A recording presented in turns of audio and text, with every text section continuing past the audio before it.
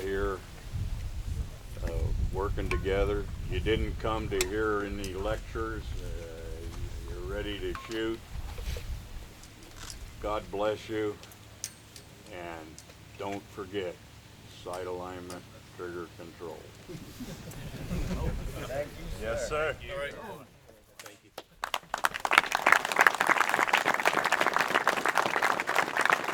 All right, one last thing. It's a tradition up here at Black Bear for every meeting. We do the Pledge of Allegiance. Everybody remove your cover. And start.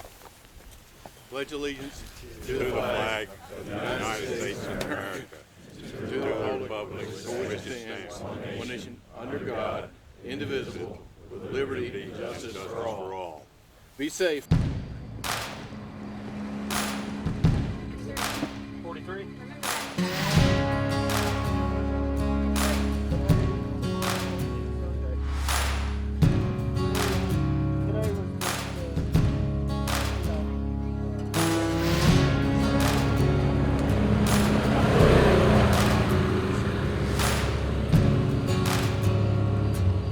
We're going to be shooting 18 stages over the course of 2 days. There are mountains here with shots from 10 yards all the way out to 2,000 yards. This is a unique facility that allows us to shoot up and down angles on the East Coast, which is something that's not really done.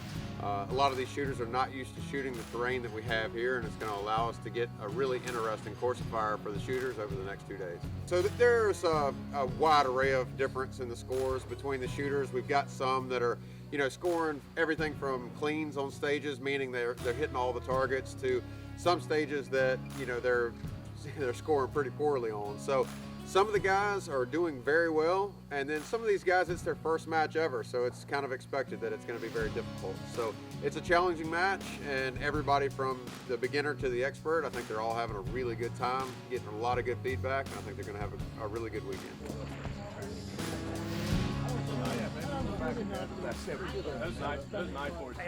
So, obviously anytime you're dealing with long range shooting, there's another variables and additional layers of difficulty. So it's not only the marksmanship aspect of, putting guys in uncomfortable positions maybe, and then also dealing with the effects of range. So their predictions for their impacts, figuring out the wind at distance, and this particular range, this venue, we're up here on this mountain, and the targets are usually across a valley or on another major terrain feature. So you have all that air in between you and the target that you can't really see that well.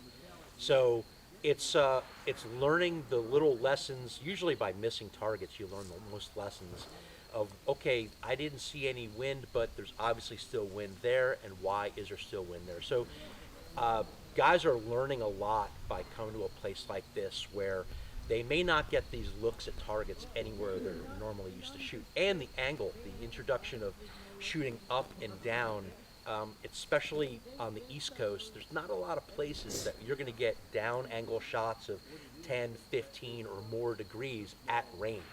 You really need major terrain features to get that.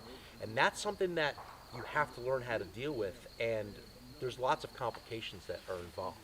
It's not just ballistics, it's what the target looks like and everything else. So estimating the range. That's another thing at this match, which is really kind of great, is putting it on the competitors to figure out their whole firing solution. You have to interrogate the target to get the range to the target, make your own adjustments and everything. So testing all those skill sets. There's lots of, I really like seeing the young military guys out here. There's a couple of young Marines, there's a couple of shooters from the National Guard, a couple of Army guys, and seeing those guys go through this and watching how they talk to each other and watching them kind of learn and pick up new lessons, it's very rewarding.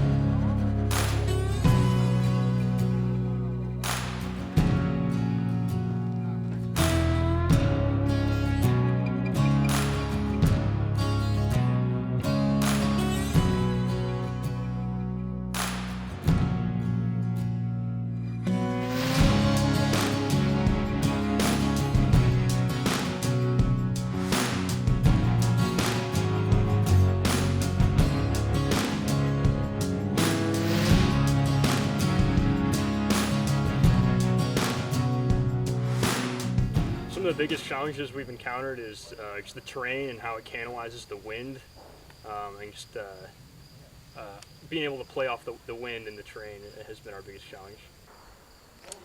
I'd say some of the most important factors to success in this mountain is communication between shooter and spotter, and taking the short time after the stage briefs to develop a quick and successful plan that you guys can both rely on. Man, so this event has really challenged our angle shooting. You know, we're from Louisiana, we're based out of Arkansas, and we don't get a whole lot of mountains. So being able to use cosine indicators and shoot at long range with angular deviation has been a challenge for sure. The wind too, for me, it's a bunch of really dynamic wind conditions out here. We have an updraft, downdraft. We even had an ELR shooter tell us about some different thermal barriers, you know, shooting down into these valleys that we haven't really messed with at all. And it's been good to learn from these guys because we're seeing certain misses, and it just, from what we know and our knowledge base, it didn't make any sense. And then after talking to guys that are experienced shooting here, we're definitely learning why it was, you know, 3/10 higher than we normally would shoot. And that's some good knowledge to put in our toolbox.